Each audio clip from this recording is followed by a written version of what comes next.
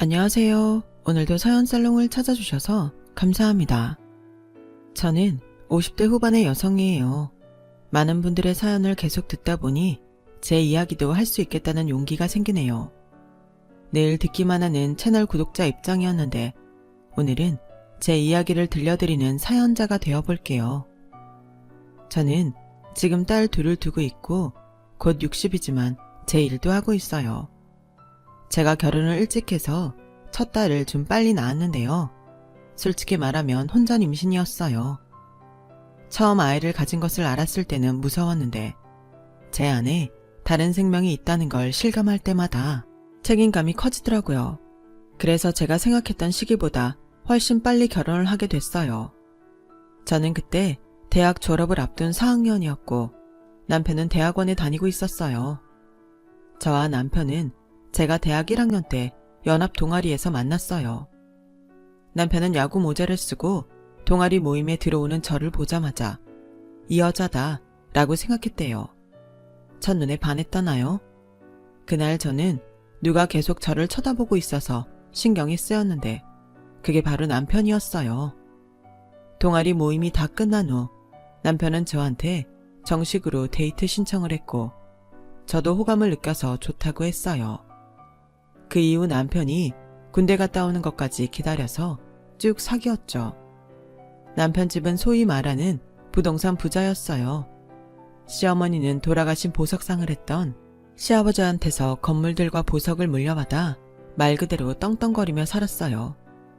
남편과 제가 결혼하기로 마음을 정하고 처음 시댁에 인사를 하러 갔을 때였어요. 그래도 니네 친정이 먹고 살만하대서 결혼하라고 한 거지. 안 그랬으면 나는 애 지우라고 했을 거다. 여자가 얼마나 제 앞가림을 못하면 혼전 임신을 하니? 내가 받아준 게 고맙고 네가 부끄러운 줄 알면 우리 현우 먹고 사는 건 앞으로 니네 친정이 챙겨야 된다. 우리 집에서 뭐 받아다가 살림할 생각은 아예 하지도 마라. 저는 그 말에 완전히 주눅이 들어서 시어머니 눈도 제대로 쳐다보지 못했어요.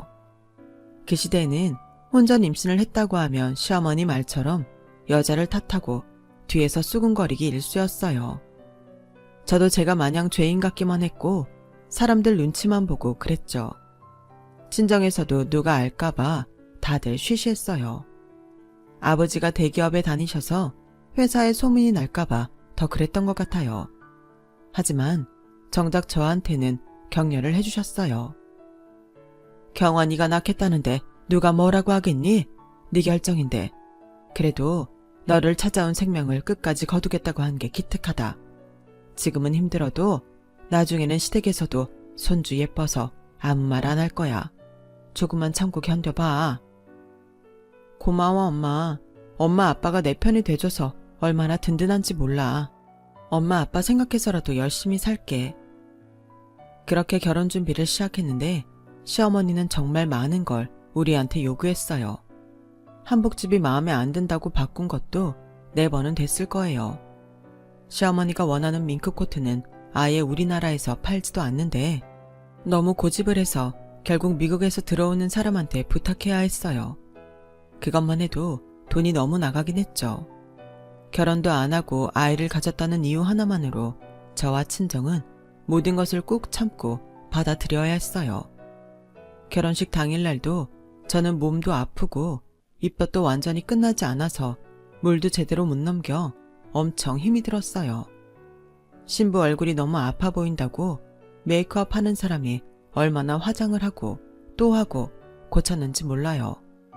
그런데도 시어머니는 저보다도 새빨간 립스틱을 바르고 총천연색의 화려한 비녀를 꽂고서 자기가 주인공인 양 온통 활개를 치고 다녔어요. 아무튼 시작부터 마음에 쌓이는 게 많은 결혼 생활이 시작됐어요.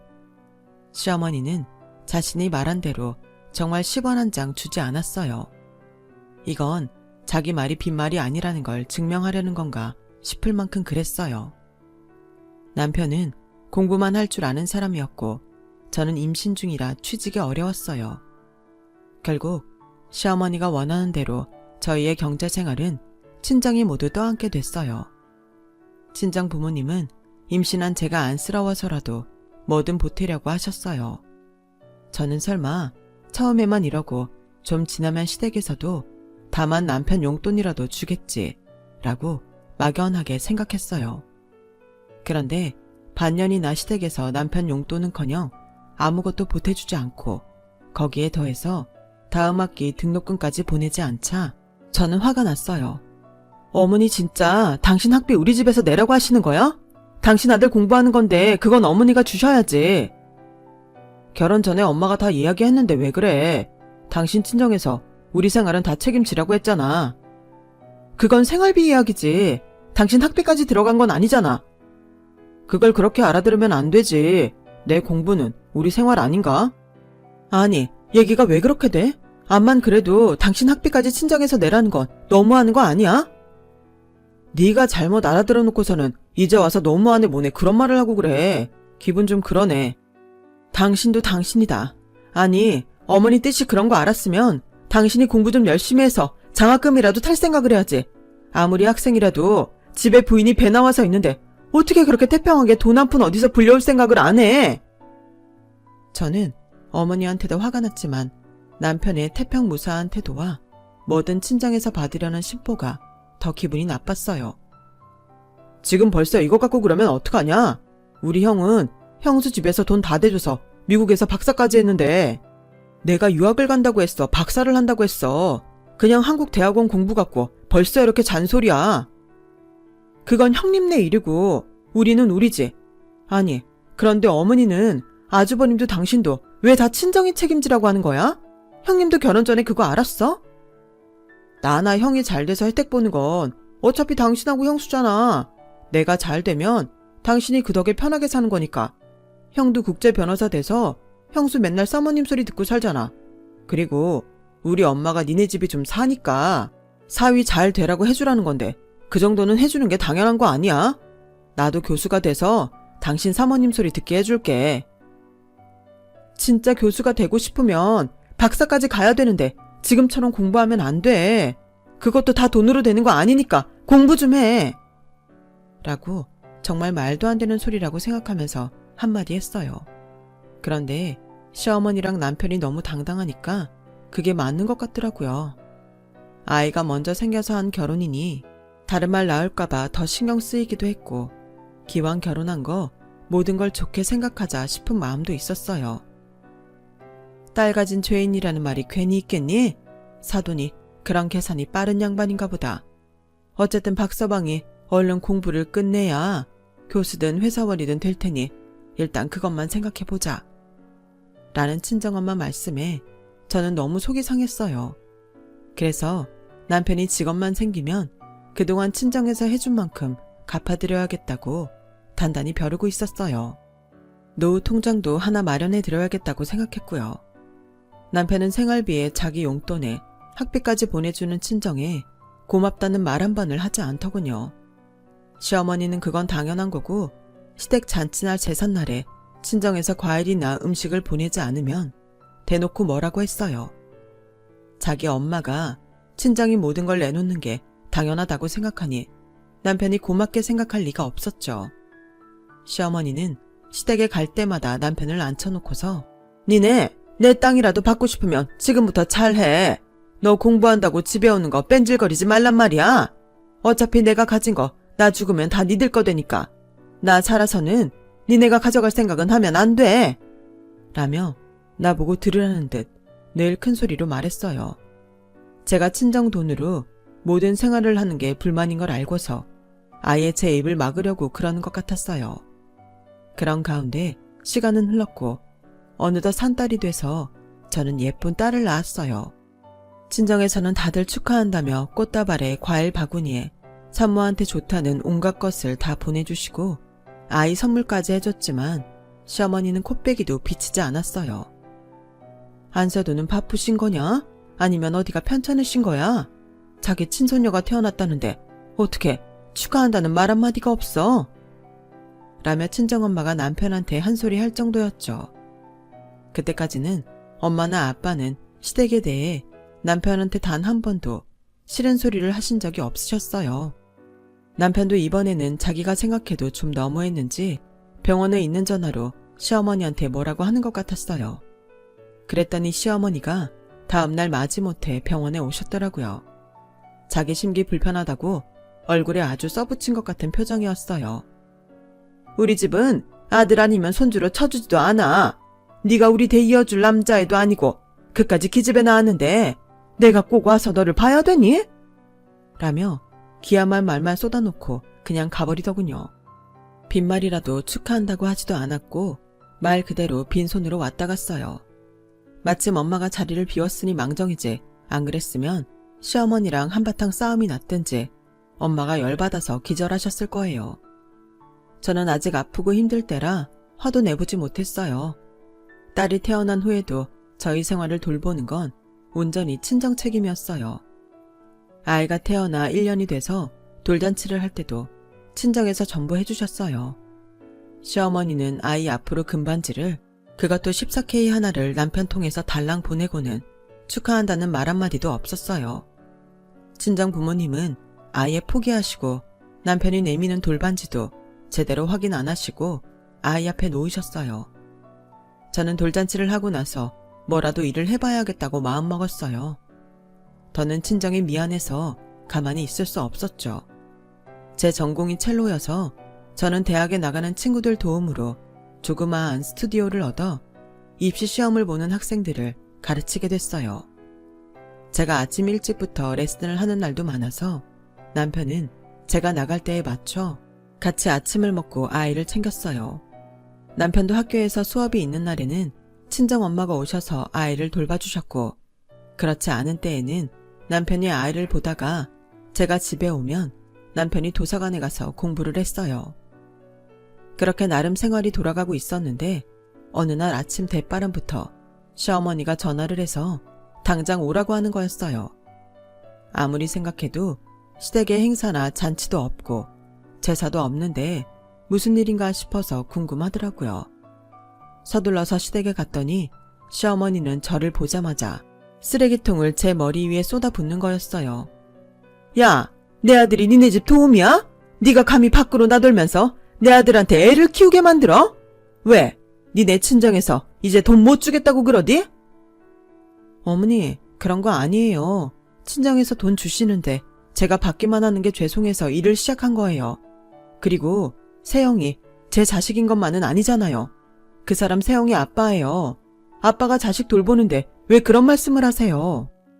저는 어떻게든 시어머니를 설득하려고 애를 썼어요. 나는 일한답시고 지 남편한테 밥 챙겨 먹게 하고 애 보게 만드는 거 딱 칠색이다. 내가 결혼 전에 말했지? 니네 친정 먹고 살만 하니까 결혼 허락하는 거라고. 여자가 뭐 좀 해보겠다고 나대면 남편 꼴 우스워지고 집안 기강 흐트러지는 거 한순간이야. 돈이 없으면 콩나물 사다가 밥 비벼 먹어. 그게 싫으면 친정에 돈 달라고 하고 앞으로 절대 나돌지 마.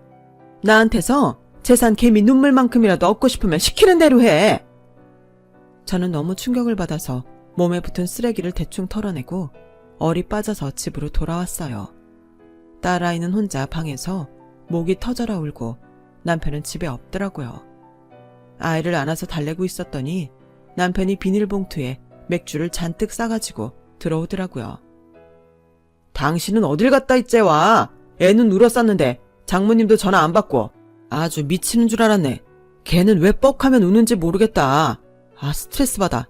나 지금부터 축구 볼 거야. 말 걸지 마. 저는 태평하게 TV를 켜는 남편을 거실에 놔두고 아이와 방에 들어가서 펑펑 울었어요. 너무 서럽고 당황스럽고 수치스러웠어요. 내가 왜 빨리 아이를 가져서 이런 수모를 당하나 그런 마음도 있었죠. 미안하다 세영아. 세영이 탓이 아닌데 엄마가 너무 속상하니까 별 생각을 다 하네. 저는 그렇게 혼잣말을 하며 아이를 다시 재웠어요. 결국 저는 첼로 스튜디오를 다른 사람한테 넘기고 다시 집에서 아이만 키우게 됐어요. 엄마는 제 사정을 눈치채시고 스튜디오 잘 관뒀다고 먼저 말을 꺼내셨어요. 아직 엄마 아빠 능력 있잖아. 걱정하지 말고 아이 좀 클 때까지는 그냥 우리한테 맡겨. 아빠도 뭐라고 안 하실 테니까 걱정하지 마. 엄마, 진짜 너무 미안해. 그 사람 공부만 끝내면 다시 레슨 시작할게. 하지만 그 말이 지켜지기까지는 4년 반이 더 걸렸어요. 남편은 그제야 박사학위를 받고 그 해부터 대학 강의를 나가면서 연구소에서 일하게 됐어요. 이제야 저는 친정의 자식 노릇을 하게 됐다고 기뻐했어요. 축하하네 박서방. 그동안 공부한다고 고생하더니 이렇게 좋은 날이 오네. 감사합니다 장모님, 장인어른. 이렇게 좋은 데서 식사 자리 마련해 주셔서 감사합니다. 라며 남편도 저희 부모님한테 고맙다는 말을 했어요. 빈말일지 몰라도 그게 어찌나 좋던지 모르겠더라고요.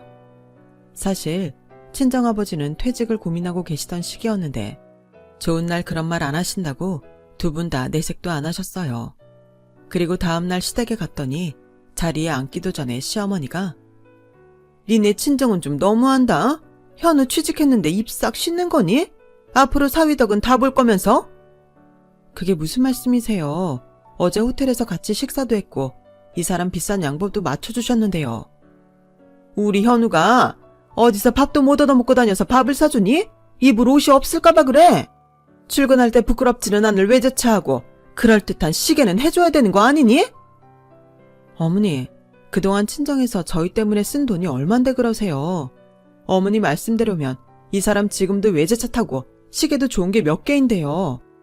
현우가 니네 애비처럼 일반 직장에 다니는 것도 아니고 공학연구소야. 자그마치 공학연구소. 학교에서 애들도 가르치고 그리고 나한테 물려받을 재산이 얼만데 그걸 아까워해. 앞으로 니네가 받을 게 더 많은데 그걸 썼다고 생색내는 거냐? 네 윗동선에는 아무 소리 안 하고 모자라다고 하면 모자란 거 채우는데 너는 내가 무슨 말끝마다 그렇게 시끄러운지 모르겠다. 저는 딸을 안은 손이 부들부들 떨릴 정도로 화가 났어요. 남편은 저랑 어머니의 대화가 안 들리는 건지 못 들은 척 하는 건지 앉아서 TV만 보며 과자를 먹더라고요. 정말이지 그 과자 봉투를 머리에 확 뒤집어 씌우고 싶은 심정이었어요. 남편이 취직을 해도 이러면 평생 친정돈으로 먹고 살라는 건가? 답답하고 힘들어졌어요. 친정 부모님은 외제차는 못 뽑아줘도 국산차는 좋은 걸로 뽑아준다며 그 사람 출근 전날 차를 보냈더라고요. 아버지는 그 다음날 퇴직을 하기로 결정하셨어요. 그런데 남편이 출근을 시작하고 한 달이 되도록 친정 부모님이 사준 차를 안 타더라고요. 처음에는 아끼는 건가 싶었는데 차에 덮개도 제대로 안 씌우고 누가 긁고 지나가도 신경을 안 쓰는 걸 보고 뭔가 이상하다 싶었어요. 당신 왜 우리 아버지가 사준 차 안 타? 나 국산차 많이 안 몰아봐서 낯설어. 그리고 괜히 주변에서 날 어떻게 볼지 신경 쓰이고 그러네. 그래서 좀 낡았어도 전에 타던 외제차 타는 게 나을 것 같아서 모양 빠지는 거 별로잖아. 아무리 그래도 당신 생각해서 사주신 건데 관리라도 잘해. 그리고 연구소 다니는 사람들이 뭘 그렇게 차에 신경 쓴다고 그래? 아무튼 내가 불편하다니까. 지네 부모가 사준 거 안 쓴다고 되게 뭐라 그러네. 어디서 색깔도 촌스러운 거 뽑아갖고 와서 사람 짜증나게. 뭐가 어째? 지금 그게 장인 장모한테 할 소리야? 사실이잖아. 내가 틀릴만한 것도 아닌데 그렇게 신경 쓰이면 당신이 관리해. 집에서 하는 것도 없으면서. 그 바람에 남편하고 대판 싸웠어요. 제가 집에서 하는 게 없다뇨. 지금까지 자기 뒷바라지 다 하고 힘들지 않게 하려고 자기 핏줄 키우는 것도 눈치 보면서 했는데 말이죠. 내가 이 집에 얹혀 사니? 우리 친정돈 가지고 지금까지 먹고 살았으면서 어떻게 그렇게 뻔뻔할 수가 있어. 나 당신 입에서 먼저 장인 장모 용돈 드리자는 말 나오기 기다렸어. 그런데 여태까지 그런 말도 한마디 없고 적반하장으로 차가 촌스러워서 못 타? 진짜 웃기고 있네. 와 진짜 남 안 하는 내조라도 했나. 더럽게 유세 떠네. 형수님이 진짜 교양도 있고 진국이었네. 내가 아주 똥 밟았어. 라더니 그 길로 집을 나가버리더라고요. 전화도 안 받고 다음날 퇴근 후에도 집에 오지도 않았고요. 저도 처음에는 그 사람 연구소로 연락도 해보고 전화도 기다렸지만 그럴 필요가 없겠다 싶어 가만히 있었어요. 그랬더니 며칠 후에 시어머니가 집으로 오셨어요. 야, 너 여기 당장 도장 찍어. 이혼해. 막말로 네가 우리 집에 와서 뭐 한 게 있어? 아들을 낳기로 했어. 현우 유학을 보내서 근사한 학력을 만들어줬어. 고작 한 거라고는 대학원 졸업하고 취직시킨 거잖아. 네가 빨리 부려먹으려고. 그리고 니네 애비 엊그제 퇴직했다며? 지금도 내 아들 취직 선물을 국산차밖에 못 타주는 양반이? 앞으로는 내 아들 먹여 살릴 수나 있겠니? 그럼 내가 왜 널 더 보고 있어야 되냐? 나는 우리 상대가 되는 애만 재산 물려줄 거야. 너네는 내 거 받을 자격이 없어. 네 딸한테 내 덕 보게 할 생각하지 마. 이런 게 진짜 등골 빼먹고 버린다는 거죠. 하지만 그때는 그런 것보다도 너무 지긋지긋하니 당장 헤어져야겠다는 생각만 들었어요. 이태껏 살아온 게 너무 분하고 억울했지만 그렇다고 더 참고 살다가는 저만 더 불행해질 것 같았어요. 솔직한 심정으로 말하자면 저도 시어머니 돌아가시고서 재산 물려받으면 이렇게 고생한 거 보상이 될 거라고 생각한 적도 있었어요. 하지만 그동안 남편과 시어머니를 보면서 사람이 돈만 있다고 다 행복한 것도 아니고 그게 더 괜찮은 인간도 아니라는 거 너무 똑똑히 보고 배웠고 제 딸은 그렇게 크지 않길 바랐어요. 저는 이혼 도장을 찍으면서 소송을 해서 남편한테 위자료를 받아야겠다는 생각은 하지 못했어요. 그때만 해도 이혼은 여자한테 더 불리했고 여자가 더 남들한테 눈총받기 일쑤였거든요. 또 저는 혼전 임신을 했다는 게 계속 딱지처럼 붙어 다녔어요. 미국에 있는 아주버님 가족 딱 한 번 만났는데 그때 형님도 은근히 제 혼전 임신한 걸 빈정거리셨거든요. 그런 것들이 더 저로 하여금 떳떳하게 소송할 수 있는 것도 못하게 했던 것 같아요. 저는 저희 친정이 남편을 빨리 취직시켜서 그 덕이나 보려고 한다는 시어머니의 말도 안 되는 소리를 들으며 짐도 제대로 못 챙겨서 나왔어요. 나가기 전 남편한테 전화를 했지만 바쁘다는 이유로 통화를 거절하더군요. 저는 친정으로 가는 택시 안에서 아이를 꼭 안고 눈물을 안으로 얼마나 삼켰는지 몰라요. 친정에 오니 아버지는 여기저기 다른 직장을 알아보러 다니셨고 엄마도 값이 나가는 걸 전부 처분하고 결혼 예물도 내다 놓으셨더라고요. 알고 보니 저희 집에 돈을 대준다고 무리를 좀 하셨던 거였어요. 아버지 월급이 많기는 했지만 저한테 그냥 생활비만 주는 게 아니라 사위 용돈에 학비까지 전부 대주고 외손녀 선물까지 신경 쓰셨으니 집에 있던 돈도 없어지는 게 당연했죠.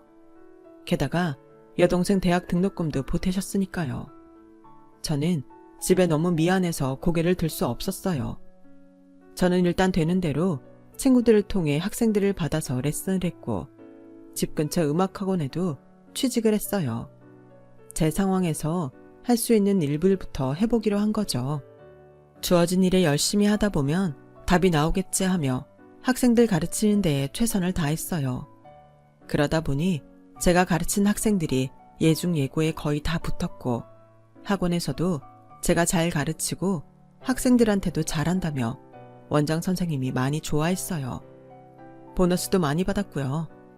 결혼하고 6년 가까이 친정 부모님 돈으로만 살다가 제 힘으로 벌어서 집에 보태니까 당당하고 뿌듯했어요. 엄마, 그래도 내가 입소문이 나서 학생들 개인 레슨이 많이 생겼어. 다음 달부터는 좀 더 많이 보탤 수 있을 것 같아. 우리 같이 조금만 힘내자, 엄마. 이런 말하는 게 너무 염치없긴 한데 내가 이렇게 쫓겨나면 안 되는 거였는데 그동안 엄마 아빠가 쓴 거 어떻게든 돌려받고 그 집에서 나오든지 했어야 됐어. 그런 말 하지 마. 우리는 그 돈 돌려받을 생각으로 니들 준 거 아니야. 어쨌든 그것 때문에 너하고 세영이가 그동안은 편히 살 수 있었잖아. 네 말대로 우리 조금만 힘내보자. 또 좋은 날이 오겠지. 그동안 우리 세영이는 힘든 거 모르게 잘 키우자. 엄마의 말씀은 제게 너무 큰 위로와 격려가 됐어요. 3년 정도 시간이 흐르고 저는 그동안 모은 돈으로 음악학원을 인수했고 아버지는 전 회사에서 이사를 하시던 분이 차린 기업에 고문이사로 들어가시게 됐어요. 그러면서 저희 집은 다시 안정을 찾았고 딸아이도 갈수록 예쁘게 컸어요. 얼마 후 저는 아버지 회사 거래처인 외국의 기업 사람을 만나게 됐어요. 건너 아버지한테 선자리가 들어왔고 엄마가 만나보길 원하셨거든요. 경원이가 결혼이라면 학을 뗀 거 잘 알지만 그래도 좋은 사람이면 혼자서 아이 키우는 것보다는 나을 것 같아서 부모님이 걱정하시는 것도 잘 알고 있었기 때문에 저는 알겠다고 했어요. 선자리에 나가서 남자를 만나보니 생각보다 더 수수하고 괜찮은 사람이었어요. 그 사람도 한 번 이혼을 했다고 하더군요. 비슷한 처지이다 보니 공감대 형성이 잘 됐고 부모님한테 말하기 어려운 것도 편하게 털어놓을 수 있었어요. 그 사람도 저랑 똑같다고 하더라고요. 부모님은 그래도 이혼을 모르고 사셔서 다 이해는 못하시는 것 같아요. 경아 씨하고 이야기하고 나면 속도 후련하고 이해받는 기분이 들어서 좋아요. 저희는 자연스럽게 사귀게 됐고 그 사람은 결혼을 하자고 했어요. 저희 부모님은 사돈 되게 원하는 거 없는 분들이세요. 오히려 주셨으면 주셨지. 그럴 분들 아니니까 걱정 마세요. 제가 전시댁 이야기를 한 적이 있기 때문에 남자는 저를 안심시켰어요. 하긴 남자 집도 여자 쪽에서 하도 돈 내서 헤어졌다는 이야기를 들었어요. 어쩌면 비슷한 처지의 두 집이 이렇게 연이 되려고 만났나 보다. 그런 생각도 들었죠. 저희는 결혼을 약속하게 됐고 친정 부모님도 좋아하셨어요. 하지만 초등학생인 딸이 이 상황을 받아들일지 걱정이 됐어요. 엄마, 나는 새아빠가 생겨서 좋아. 그 아저씨 아빠보다 친절하더라. 엄마도 되게 좋아하는 것 같아. 나는 엄마 결혼 찬성이야. 고마워, 세영아. 엄마가 너한테 더 잘할게. 나 어릴 때였지만 할머니가 엄마한테 못되게 군 거 다 알아. 라는데 저도 모르게 눈물이 줄줄 흘렀어요. 제가 거기 살면서 어린 딸에게 얼마나 많은 상처를 준 건지 그동안 잘 몰랐거든요. 딸도 어린 나이에 할머니만 오면 눈치 보고 아빠랑 둘만 있을 때에는 발소리도 못 내고 있었다는 걸 알고 아이한테 너무 미안해서 밤새 딸을 안고 자며 눈물을 흘렸어요. 그렇게 양가 모두의 축복 속에 재혼을 하고 저는 다음 해에 딸을 낳았어요. 아버지는 회사에서 계속 이사로 자리를 지키셨고 남편도 계속 승진을 해서 독일 본사로 옮길 수도 있다는 말을 들었어요. 중학생이 된 딸은 아빠처럼 된다며 영어와 독어 공부를 열심히 했죠. 둘째 딸은 저를 닮아서 음악에 소질이 있었고요. 아이들을 위해 해외로 나가는 게 좋을지 고민하고 있는데 저한테 큰 음악학원을 인수하지 않겠냐는 제안이 들어왔어요. 김 원장님, 학원 운영 능력이 보통이 아니신데 같이 해봤으면 해요. 제가 혼자서 할 자신은 없고 딱 원장님 같은 분이 계시면 좋을 것 같아요. 라며 그 학원을 받은 원장이 이야기하더라고요. 저는 그동안 많은 아이들을 레슨해서 예고에 보낸 경험이 있기 때문에 좀 해보고 싶은 욕심도 있긴 했어요. 저는 이 일을 남편한테 상의했어요. 그럼 일단 시작해봐. 독일에 들어가는 건 나중에 해도 돼. 근데 당신도 그거 기회가 항상 오는 게 아닌데 괜찮겠어? 실은 세희가 자기 지금 독일 가면 친구랑 헤어진다고 싫대. 그것도 그렇고 당신도 해보고 싶은 일이 있다니까 좀 미루면 어떤가 싶어. 나보다 선배도 있어서 내가 안 될 수도 있어. 저와 남편은 그럼 먼저 2년 정도 해보자고 하고 그 원장한테 같이 해보자고 연락했어요. 남편은 저희가 같이 할 사업 계획서와 계약서를 꼼꼼히 봐줬고 서로에게 불공평한 게 없는지도 살펴보더라고요. 그렇게 해서 저희는 서로 불만이 없이 계약서를 작성했고 학원을 인수하기 위해서 계약서를 쓰러 부동산으로 갔어요. 학원 원장은 상가짜리 주인은 따로 있다며 자기도 그만두지만 그 주인도 자리를 파는 거라 그 사람하고 계약을 해야 한다더군요. 저희가 상가짜리 주인을 기다리는데 30분이 넘어도 오지를 않더라고요. 저희가 다른 날 올까요? 일정도 있는데 너무 기다리는데요. 라고 제가 말하자 중개사는 당황해서 연락을 했어요. 그때 마침 웬 할머니가 불이 나게 부동산 안으로 들어왔어요. 차가 너무 막혀서 생각보다 늦었어요. 라는 목소리에 저는 완전히 얼어버릴 뻔했어요. 진짜 꿈에도 다시 만나기 싫었던 시어머니였거든요. 시어머니는 처음에는 저를 몰라보다가 나중에 알아보고는 입을 다물지를 못하더라고요. 네가 여기 어떻게 왔어? 왜 여기 있는 거야? 이분들이 그 상가 계약할 분들이에요. 라고 중개사가 말하자 시어머니는 눈이 동그래져서 아무 말도 못하더라고요. 원장님, 이 자리 다시 생각해보죠. 저는 안 하겠습니다. 선생님, 갑자기 왜요? 저분하고 혹시 아는 사이세요? 그런 건 말도 하고 싶지 않고요. 다른 학원 봐두신 데 있으면 하고 아니면 정말 죄송하지만 없던 일로 하죠. 저 여기는 못합니다. 아이, 갑자기 왜 그러실까? 여기 사장님이 늦으셔서 화나셨나? 라며 중개사가 저를 붙잡으려고 했지만 저는 다 뿌리치고 나와버렸어요. 물론 그 상가를 사고팔고 하면 끝나는 거고 다시 시어머니와 볼 일도 없겠지만 그래도 엮이는 게 너무 싫었거든요. 그런데 얼마 후 시어머니한테서 전화가 왔어요. 세영이 얼마나 컸는지 궁금하구나. 세영이랑 좀 만나야겠다. 갑자기 왜 이제 와서 그러시는데요? 어머니가 세영이 딸이라고 어떻게 하셨는데요? 그때야 그때고 지금은 세월이 지나니 궁금해지는구나. 내 핏줄인데 안 보고 싶을 리가 있니? 그렇게 말하니 저도 할 말이 없더라고요. 저는 딸한테 친할머니가 보고 싶어 한다는 말을 했어요. 그래? 갑자기? 그럼 만나보지 뭐. 라고 대수롭지 않게 말하는데 저는 걱정이 돼서 잠을 설쳤어요. 그래도 나한테 못된 말을 한 것처럼 딸한테는 안 그러겠지 했지만 시어머니가 딸이라고 무시했던 걸 생각하면 겁이 났거든요. 저는 딸이 상처받지 않기를 바랐기 때문에 결국 만나지 말라고 말렸어요. 만약에 내가 지금 안 만나면 계속 또 만나자고 할지도 모르잖아. 내가 만나보고 계속 봐도 좋은지 어쩐지 결정할게. 라는데 어찌나 어른스러운지 제가 그동안 딸을 너무 어린 애로만 생각하고 있었나 싶더라고요. 그래도 걱정이 되는 건 어쩔 수 없어서 저는 몰래 따라가서 두 사람이 말하는 소리가 들릴 구석에 앉았어요. 시어머니는 딸을 보더니 반갑게 웃으며 손을 잡더라고요. 그리고는 딸이 먹겠다는 음료수와 빵을 시켜주더니 이렇게 말하는 거였어요. 너 태어났을 때부터 학교 들어가기 전까지 살던 데가 할머니가 마련해준 집이야. 그러니까 할머니 덕에 네가 먹고 살았다고. 그러니까 그거 네가 잊지 말고 이 할머니한테 갚아야 돼. 네가 엄마한테 말 좀 잘해서 학원 계약 좀 되게 해줘. 언제 또 사람이 나설지 모르는데 마냥 기다릴 수만은 없거든. 지금 따로 산다고 해도 너랑 우리는 같은 가족의 일원이야. 그러니 우리 가문을 위한 일을 해야 되지 않겠니? 그게 이 할머니한테 네가 어릴 적 은혜를 갚는 길이다. 아니 무슨 저런 말도 안 되는 이야기를 하는지 화가 치밀었어요. 제가 자리에서 벌떡 일어나 쫓아가려는데 딸아이가 시어머니를 똑바로 쳐다보며 이렇게 말하더군요. 학생은 공부 잘하면 그게 어른한테 은혜를 갚는 거라고 생각해요. 저 지금 공부 잘하고 있어요. 저희 반 1등이에요.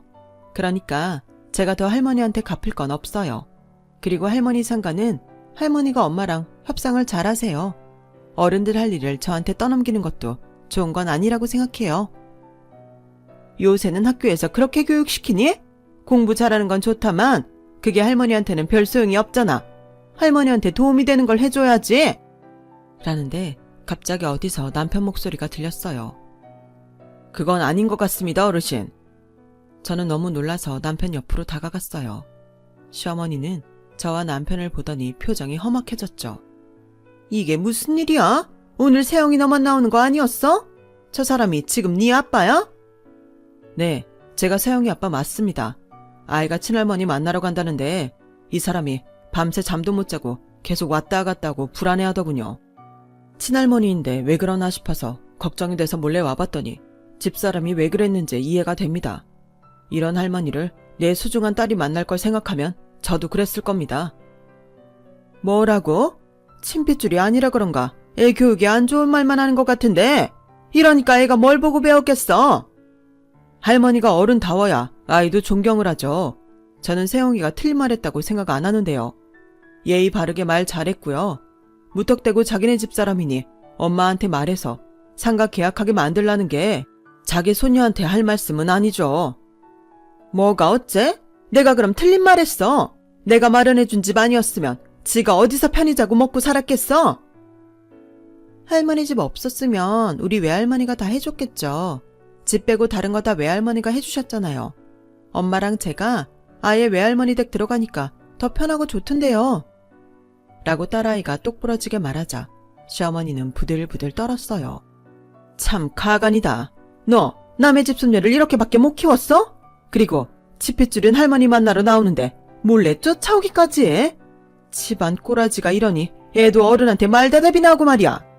당신처럼 사돈 집에 자식들 인생 전부 얹어서 살게 하는 사람이 집안 꼬라지 운운해요? 당신 왜 저 이혼시켰어요? 우리 아버지 퇴직하고 더는 당신 아들 먹여 살릴 수 없을 것 같으니까 이혼 서류 갖고 와서 도장 찍게 했잖아요. 그래놓고 이제 와서 당신 상가를 사라고? 이러니 내가 당신 상가를 사고 싶겠어? 이렇게 엮이는 것도 짜증나는데 내가 진짜 당신 같은 양심 없는 사람한테 휘둘려서 우리 엄마 아빠가 당신 아들 대학원 학비까지 다 냈던 거 생각하면 지금도 자다가도 피가 거꾸로 솟아올라. 양육비 한 번 보낸 적도 없고 여태까지 보자고 한 적도 없으면서 지상가 팔아야 되니까 애를 만나고 싶다고 해? 인생 그렇게 살지 말아요. 제가 피를 토하는 심정으로 반박을 하자 카페 안에 있던 사람들은 전부 수근거리며 시어머니 흉을 봤어요. 시어머니는 창피해서 먼저 나갔고 저와 남편도 딸을 데리고 나왔죠. 그랬더니 밖에서 기다리고 있다가 저희 앞에 나타나더라고요. 그럼 내가 직접 말할게. 그 상가 네가 좀 샀으면 좋겠다. 시세보다 좀 덜 주고 살 수 있겠니? 제가 너무 열이 받아 막 뭐라고 하려는데 남편이 나섰어요. 어르신, 그만하시죠. 이 사람이 싫다는데 다른 좋은 분 알아보세요. 당신한테 하는 이야기 아니니까 좀 빠져! 라며 남편한테 괜히 화를 내더라고요. 할머니, 우리 아빠한테 그러지 마세요. 할머니는 저 딸이라고 손주 취급도 안 하고 아빠도 저 보살피는 거 맨날 귀찮아했잖아요. 아빠는 저한테 한 번도 그러신 적 없어요. 그러니까 저는 할머니 집 사람이 아니고 여기 엄마 아빠 가족이에요. 앞으로 저도 안 만났으면 좋겠고 엄마도 괴롭히지 말았으면 좋겠어요. 라고 하자 시어머니는 어쩔 줄 몰라 부들부들 떨더니 제 손을 꽉 잡았어요. 예, 그러지 말고 우리 나서는 사람 있을 때 그거 팔아야 돼. 좀 사면 안 되겠니? 네, 싫어요. 저 그게 뭐가 됐든 더는 당신 집안하고 엮이고 싶지 않아요. 당신한테 도움되는 일 하기도 싫고요. 저를 욕하려면 하세요. 그제야 시어머니는 제 손을 놓고 넋이 나간 사람처럼 돼서 가버렸어요. 알고 보니 큰 며느리가 더는 이렇게 못 산다고 이혼하겠다고 해서 시어머니가 어쩔 수 없이 재산을 나눠줬다고 하더군요. 그리고 전 남편이 재혼을 했는데 그 여자 집에서 자기네가 남편 필요한 거 다 해줄 테니 같이 골프장 투자를 하자고 해서 전부 들어먹고 도망갔다는 거였어요. 시어머니는 큰며느리한테 도움받으려고 했지만 오랜 시간 한 맺힌 큰며느리는 연락을 끊고 어디론가 이사를 가버렸고 큰아들하고도 연락이 되지 않는다더라고요. 전 남편도 회사 그만두고 골프장 사업한다고 했다가 완전히 당해서 아무것도 못하고 어정쩡하게 있다고 해요. 그래서 자기 앞으로 남은 상가 하나 처분하려고 저렇게 애를 쓴다는 거였어요. 상가야 시간이 걸려도 또 사겠다는 사람이 나오겠지만 부동산 경기 때문에 지금은 어려운가 보더군요. 당장에 먹고 사는 게 막막해질 정도라니 정말 사람은 자기가 한 대로 다 돌려받는다는 걸 실감했죠. 그 후 한참을 소식도 모르고 살다가 시어머니랑 전 남편은 지방 어디로 내려가서 힘들게 산다는 이야기를 들었어요. 큰아들 집하고는 여전히 연락이 안 된다더군요. 그 이야기를 마지막으로 그 집 소식은 듣지 못했어요. 저는 그 원장과 같이 사업하기로 한 걸 접고 몇 년간 아이들과 함께 남편 본사가 있는 독일에 있다가 들어왔어요. 지금은 아이들도 다 커서 각자 자기 할 일 잘하고 있고 저도 남편과 잘 지내고 있답니다. 제 이야기는 여기까지예요. 끝까지 들어주신 분들 모두 행복하시고요. 다들 건강하셨으면 좋겠어요. 좋은 하루 되세요. 감사합니다. 여러분, 사연 댓글에 응원과 현명한 조언 부탁드려요. 좋아요와 구독은 저에게 큰 힘이 됩니다. 오늘도 좋은 일 가득하세요.